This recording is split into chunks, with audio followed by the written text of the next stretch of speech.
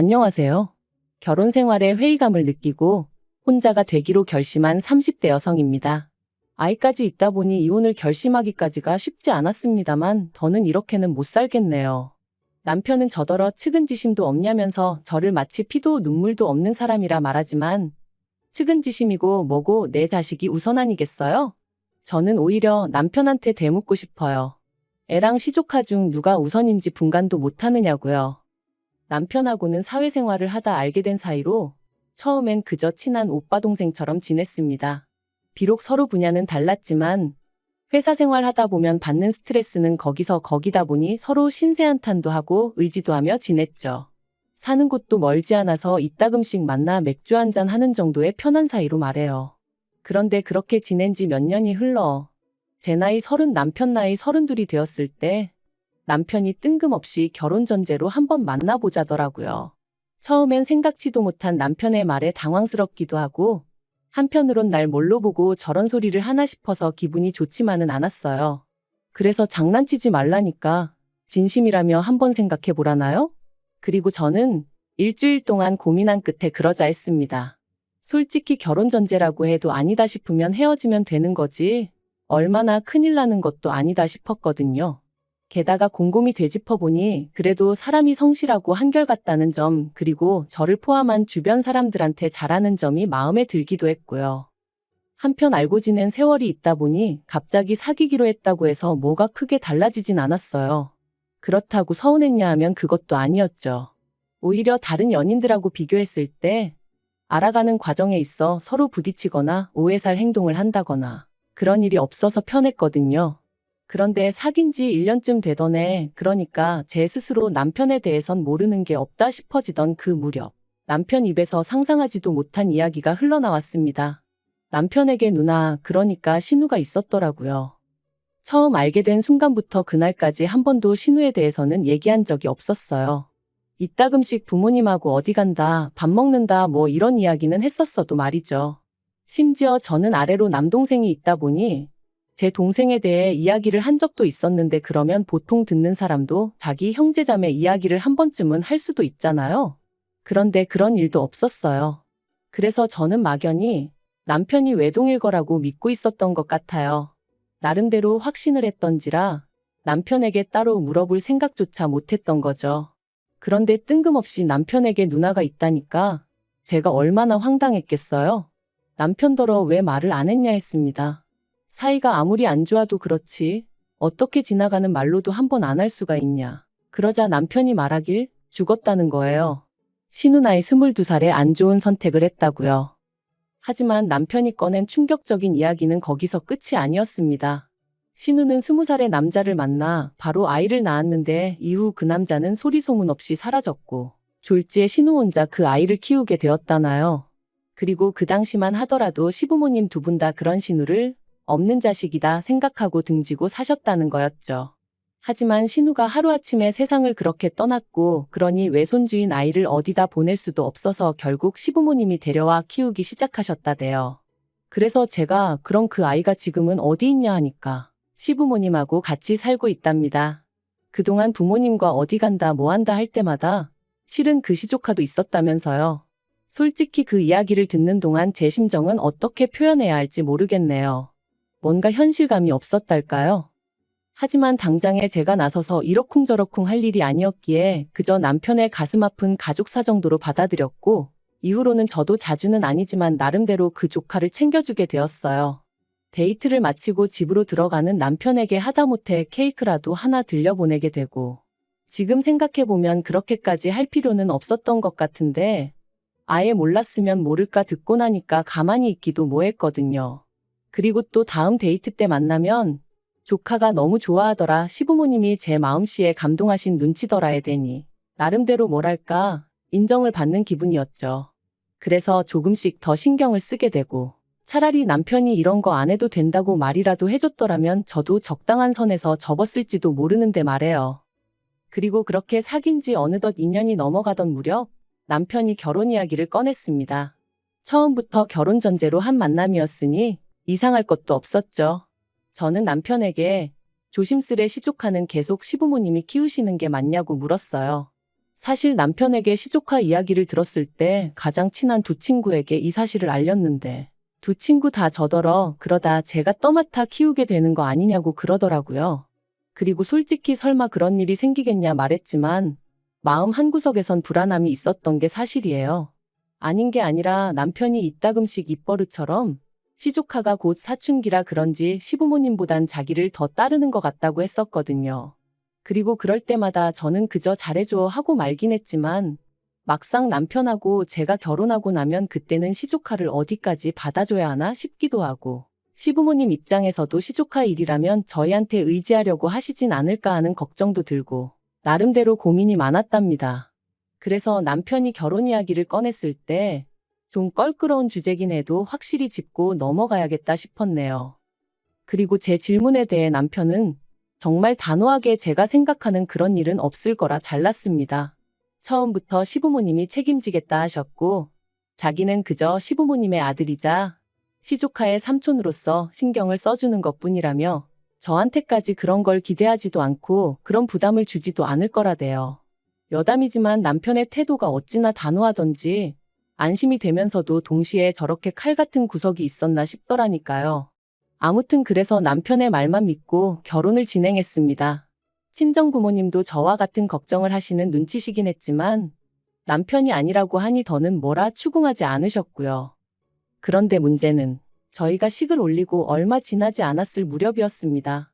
하루는 어머님이 연락도 없이 저희 집에 오셨는데 시조카랑 함께더라고요. 그래서 제가 무슨 일로 오셨냐니까 날씨도 좋고 주말인데 저희더러 시조카 데리고 어디 놀러 좀 다녀오라는 거예요. 당황스러웠지만 곧바로 죄송하다. 저희 부부끼리 선약이 있다 말씀드렸습니다. 거짓말이 아니라 그날 오후에 지인 부부랑 식사를 하기로 되어 있었거든요.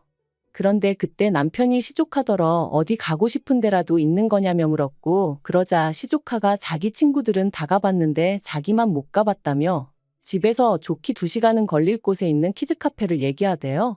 무슨 초등학생이 키즈카페를 찾아다니나 싶었지만 어쨌든 미안한데 거긴 너무 멀어서 오늘 못 간다 했습니다.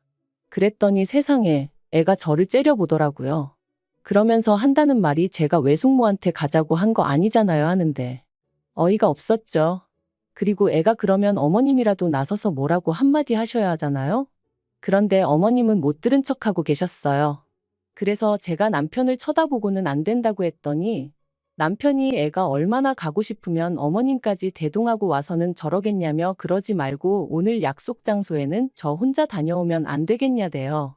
그리고 그런 남편의 말에 저도 너무 화가 나서 그러라고 그러곤 차키를 챙겼어요. 그랬더니 남편이 차는 자기가 써야 된다면서 저더러 지하철 타고 가라는데 화가 얼마나 나던지 그래서 제가 내 차거든 하고 소리를 질렀습니다. 그랬더니 이번엔 어머님이 저더러 너는 심보가 왜 그러냐? 애를 상대로 유치하게 그러시더라고요. 너무 화가 났어요. 짜증도 났고요.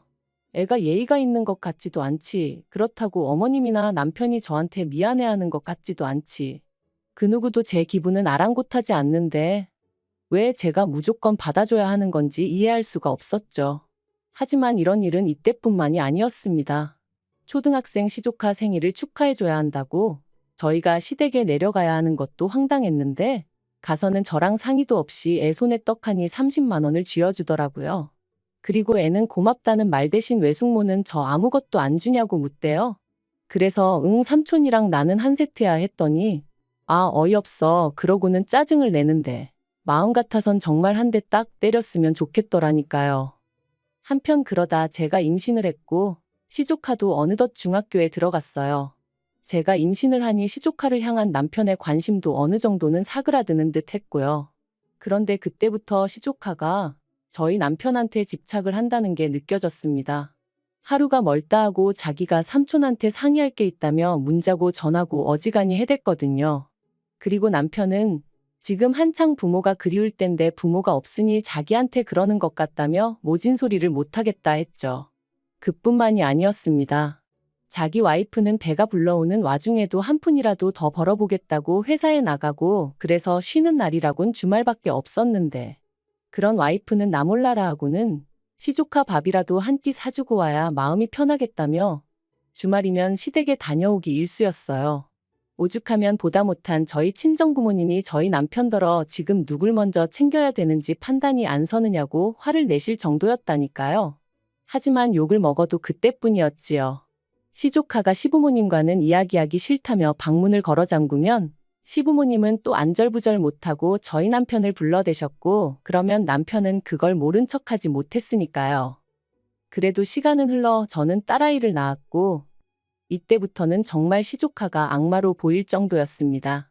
시부모님을 어떻게 구워 삶은 건지 이 핑계 저 핑계를 대가며 어떻게든 저희 부부를 한 달에 2번은 시댁에 내려오게끔 만들었고, 시부모님과 남편의 관심이 저희 애에게 향하기라도 하면 어찌나 저희 애를 노려보던지 해코지라도 할까 싶어 저는 한순간도 저희 애한테서 눈을 뗄 수가 없었어요.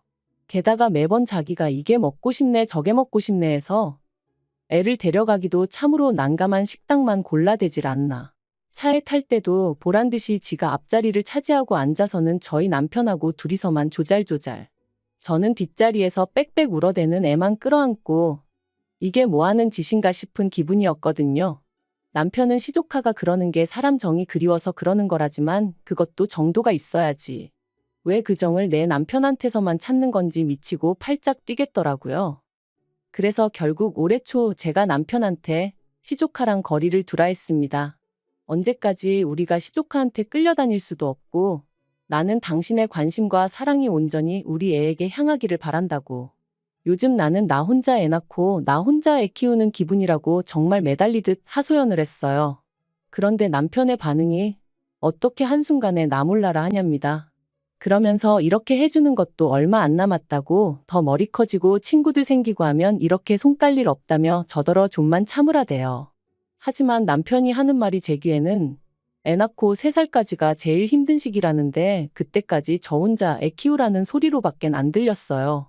그래서 제가 남편더러 시조카 아빠 할 건지 우리 애 아빠 할 건지 선택하라 했습니다. 그랬더니 남편이 한숨을 쉬었다가 소리를 질렀다가 말 그대로 미친 사람처럼 포효를 하더군요. 그리고는 제 앞에서 마치 시위하듯 어머님한테 전화를 걸어서는 자기는 이제 죽을 때까지 시조카랑 못 보고 산다며 그런 줄 아시라고 아주 쌩난리를 치는데 기도 안 차더라고요. 그래서 제가 그런 남편더러 지금 뭐 하는 짓이냐니까 네가 시키는 대로 애 아빠로 산다는데 뭐가 또 불만이냐면서 어머님하고도 연을 끊어야 직성이 풀리겠냐더니 아주 당장이라도 저를 어떻게 할 듯이 눈을 부라리더라고요. 그리고 그런 남편의 눈빛을 보고 있자니 내가 이렇게까지 이 인간하고 살아야 되나 그런 생각이 딱 들었죠. 그래서 그렇게 괴로우면 그냥 가서 시족 하나 품고 살라 했어요. 죽은 이 누나가 어떤 사람이었는지 나는 모르겠지만 어지간히 애틋한가 보다고. 그런데 나도 내 새끼가 귀해서 치이고 사는 꼴은 못 보겠다고요.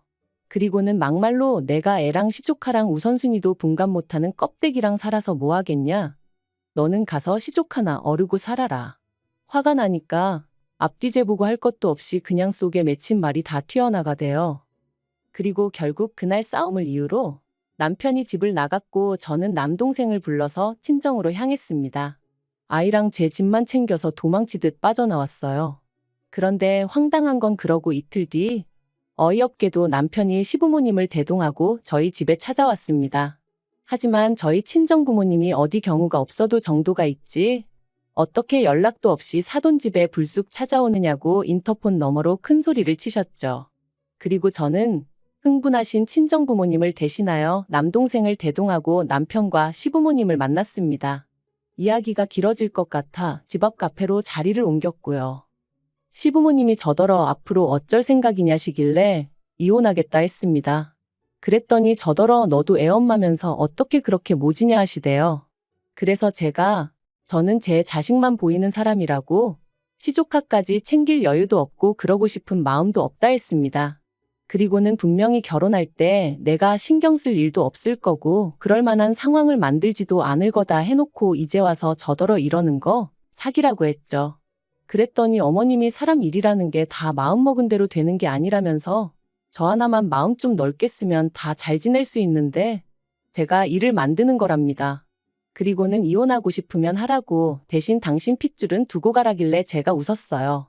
엄마인 제가 두 눈 치켜뜨고 있어도 시조카만 어르고 달래는 집구석인데 제가 미쳤다고 제 자식을 주겠냐고 제정신이시냐고 따지면서 말이죠. 그랬더니 남편이 저더러 말 조심하라길래 너나 조심하라고 했습니다. 너나 니네 부모가 이렇게 찾아온 거부터가 이미 선을 넘은 거라고 그러니까 나한테 이래라 저래라 하지 말라고 했죠. 그리고 아니나 다를까 결국 제가 양육권 가져왔습니다. 남편한테 한 달에 양육비 70만 원씩 받기로 되었고 남편이 애 보러 일주일에 한 번씩 오는 걸로 얘기가 되었죠. 어차피 보고 살 거면 뭐하러 이혼했냐 하는 사람도 있는데 오히려 속이 편해요. 어차피 일주일에 한 번이니 남편도 그날만큼은 시족하고 나발이고 얘기 안 하고 조금이라도 애랑 더 같이 있으려고 애를 쓰거든요. 그리고 시부모님한테는 이혼한 이후로 지금까지 한 번도 애 보여드린 적 없어요. 전에 말도 없이 남편 오는데 따라오셨길래 이런 식으로 하면 곤란하다 하고 돌려보낸 적은 있고요. 솔직히 앞으로도 몇 년이 될지는 모르겠지만 보여드릴 생각은 없습니다. 남편이 사진 찍어가고 그걸 보여드리고 그러는 것까지야 제가 못 막지만 직접 대면시켜드릴 생각은 추호도 없어요. 막말로 어머님 아버님이 시조카 가정교육만 똑바로 시키셨어도 남편이랑 저랑 시조카 때문에 갈등을 겪을 때 제대로 중재만 해주셨어도 저희 애가 아빠 없이 자라는 일은 없었을 테니까요. 그래서 저는 지금도 남편에 대한 원망도 있지만 시부모님이 죽을 만큼 밉습니다. 속 편한 사람들이야 부모도 없는 애한테 제가 너무 각박하다 하겠지요. 하지만 저는 계속해서 말했듯이 제 자식이 제일 중요합니다. 남편이 저희 가정을 제대로 챙기고 남는 시간에 시조카를 챙겼다면 저도 얼마든지 남편을 믿고 따랐을 거예요. 하지만 남편이 먼저 가정을 등한시했으니 뿌린 대로 거두는 법 아니겠어요? 저는 지금까지 그랬듯이 앞으로도 저와 제 자식의 행복만 바라보며 살 겁니다. 그게 제가 사는 이유니까요.